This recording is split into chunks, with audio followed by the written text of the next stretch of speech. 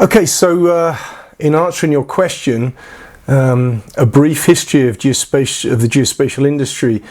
Let me step back and we'll go back to the 1960s, and let's just step through things. And what I'd like to do is just to walk from the 60s to around about 2015, and you'll see why I chose 2015 when we get there. So let's go back to the 60s. As I mentioned, Roger Tomlinson, he was a British geographer, moved to Canada. He was really the father of GIS. 1969 was when Esri was formed, and I know Roger Tomlinson and Jack Dangerman were friends, and I think it was thanks to Roger's work that Jack set things up. We were really developing at that time what ultimately ended up being a spatially enabled database, points, lines and polygons.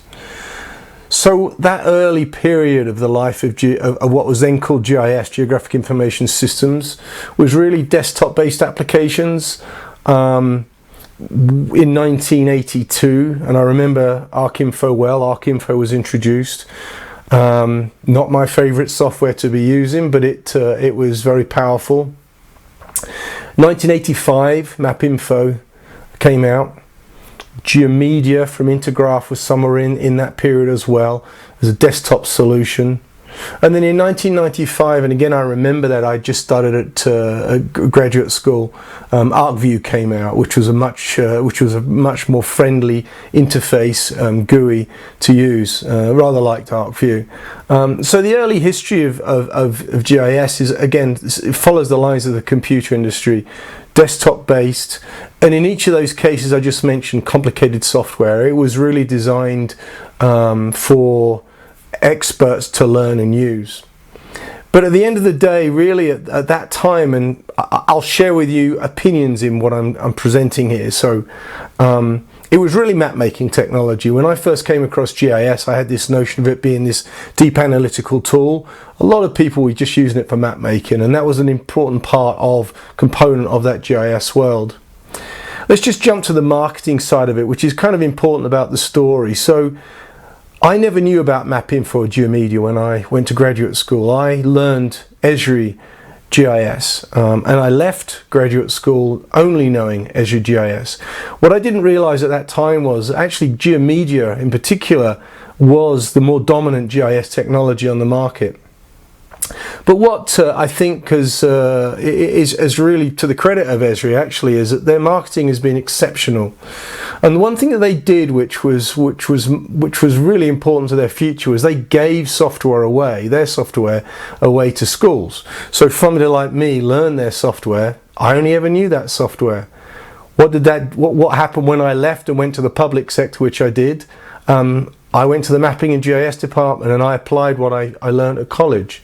That was a really important reason why ultimately Esri continues to dominate the GIS market, and some of those other competitors fell away just by brilliant business planning and marketing. So GIS really ended up as being, and we'll talk about that in a little bit in a moment, a public sector focused, infrastructure focused technology. In other words, where those that learnt the technology, usually in geography departments, ended up working. Let's talk about data. So we're in the 90s now, end of the 90s into the early 2000s. Data was really hard to come across. It was really hard to get base maps. It was really hard to find data that sat on top of maps. So there was a real lack of data back then. Let's talk about the internet revolution next. I first saw the internet in 1992. I came to America, ended up spending time at the University of Utah, and the University of Utah was one of the hubs on an early network. So I got early access to the internet and was frankly gobsmacked by what I saw. We really were talking then about network computers, not just computers in isolation, but network computers internationally networked. I think a lot of people don't realize that MapQuest was probably the earliest map-based product on the internet. In 2016, Esri came out with Mapobjects IMS, which was a breakthrough technology for GIS. Must mention that MapServer, an open source technology, was also on the market around about that time, but those were the earliest internet-based or web GIS applications that were available. ArcIMS from the Esri world followed, and I'm sure some of the other competitors released their own products as well. So we started moving from a desktop-based world to an internet-based world. So we were able then to share maps and mapping and GIS technology in its simplest form, analytics, over the internet. Let's move to 2005. A huge event happened in 2005. Google Maps was released. Now, Google Maps was a super significant release. It was a web-based geospatial technology, but it enabled people to get access to tons of data. So you got base map data. Google was smart enough to pull together, to aggregate all this data in one place, so you could get satellite images. The early versions were somewhat crude. You couldn't zoom in too far, but and they were beginning to add layers on top of that, restaurants, etc. So Google Maps was a huge jump on the internet, and it shocked the GIS world. Google themselves they're a consumer-focused company, but they were talking about becoming an enterprise-based company as well, and a big threat to GIS. So the GIS world were very concerned at that time, not just from a competitive perspective, but also the slickness of Google Maps. Google Maps made all the previous mapping technologies look incredibly crude. As an example, and I'll pick on Esri since I know that technology well, ArcIMS, every time you zoomed or panned ArcIMS, it flashed. A new image was generated. So a request went to a server, a new image was generated, and it flashed. It was great before you saw Google Maps. As soon as you saw Google Maps, there was no going back to that. So Google Maps completely changed the user experience. It meant that people who were used to paper maps, consumers ultimately, is where Google Maps is used the most and the focus of Google, they actually moved away from the enterprise focus, suddenly became this seamless experience. And I sometimes talk about slippy maps. I don't think Google came up with slippy maps. I think it was OpenStreetMap came up with it. Anyway, whoever came up with slippy maps, people say, what's a slippy map? When you zoom or pan a Google map, it's a seamless experience. There's no flashing. New tiles come in as you move down and as you move laterally as well. So it's a really lovely user experience. That was all Google. The GIS industry had to catch up a lot. Google shocked the GIS industry. So let's move to 2010. There was a big event happened in 2010, which is very significant for GIS. The first iPad was released. So we'd moved into this mobile revolution. Now the iPhone had come out prior to that, but significant to the geospatial industry was that iPad, because it had a big screen. And that caught my imagination as someone who was a location data person, because I realized that people were going to be moving around knowing where they were, because GPS was on the device. So they had mobile computers. To me, that was going to revolutionize the world of geospatial. Now, as it turned out, the whole mobile revolution was really driven by consumers. So we got this explosion of consumer-based applications. Not only did Google and Apple and all the other big companies get into that space, but there were lots of people producing mobile apps which had a location-centric element to it. Now, GIS itself, as an industry, as an industry, it was much slower adoption of mobile. Most of the mobile work was done for field data collection, and I think Collect for ArcGIS is a good example, a very popular app there. So the use of mobile was much quicker adoption in the consumer market, much slower in the enterprise market space. For GIS, a lot of it meant field data collection. In this period as well, and it's hard to pin down when this happened, but cloud computing started to become very relevant. It was relevant prior to the mobile revolution, but it became super relevant during this period. So we've really got three phases that I've just outlined. The early phase, which was desktop based and in isolation. The internet revolution, which meant we were networked. You could actually then access geospatial maps and data over the internet. And then the mobile revolution. So those are the three phases. Now I'm going to move to 2015. Let me just sort of summarize where the market sat in 2015. GIS really had become a niche.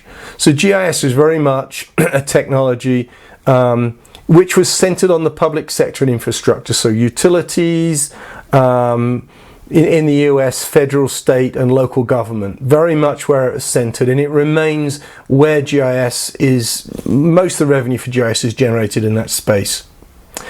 We developed somebody mentioned it to me and I've laughed ever since whenever I think about it. We developed a GIS priesthood. That is, those of us that are specialists in geospatial, we think we're kind of special, and we speak our own vernacular. So we've built this niche, we've developed a priesthood. It's fair to say that GIS technology remains complicated. It's become increasingly more expensive, and I'll be careful with this third one. It requires a conversion process. So anything that has a geospatial, any data in an enterprise which has a locational component, in a lot of GISs need to be converted into a proprietary format. So that means it kind of sits in isolation. So there are sort of three, there's others, but there are three elements which kind of characterize GIS. Let's talk about trends. So there's been a change in the language within the world of GIS, and I suspect part of that is a realization that it is a niche, and how do you want to merge from a niche to expand the marketplace for it. Since we know geospatial data fundamentally is useful across all verticals, across society really. It isn't just part of the public sector and utilities. In around about 2015, and I haven't exactly got the date, Esri rebranded, and again I talk about Esri because they are the dominant player in the space, in the GIS space. They came up with the science of where. They moved away from their old branding, which was map centric. Everything was about the map. And we started to hear terminology like location intelligence, location analytics. So we started to get this different vernacular, the non-priesthood vernacular. And really that was a push to widen the use of GIS beyond not just, well, again, it's really outside of the GIS and mapping department. So for the GIS organizations, and you'll see this actually if you look at Arcview, this month's Arcview, and I'm forgetting what this is, winter probably 2021. There are at least 2 articles talking about how can we get this out of the mapping department, how do we broaden it, how do we get it used by others. And in the case that for GIS, since it is centered in the public sector, it's how do we move that technology out of those departments and have it used in other departments. How do we have C-level execs and city managers use GIS? And so there's a sort of a new challenge for GIS to move away from the core buyer personas, if you like, who understand and get the power of GIS to a wider audience. Now, it's certainly true that over the 40 years that the geospatial and GIS has been around, the commercial penetration has been incredibly limited. At the high levels, the big retailers, the big real estate companies use it, but throughout the rest of the market, pretty well unknown. We have seen a growth in BI, in business intelligence, and if you look at Tableau and some of the other platforms, they started moving into the geospatial world. They're not becoming GIS-powered analytical engines, they're visualization engines, but they've started to challenge actually some of the areas that GIS is strong in, and certainly within the commercial world they're making inroads there as part of their sort of business intelligence suite. It's why the GIS community or the geospatial community are now talking about location intelligence. The other trend I'm noticing is consolidation. So you're beginning to see, and this is quite recent, the private equity and the money market, the money guys begin to look at geospatial. There's been a growth in this notion of GovTech.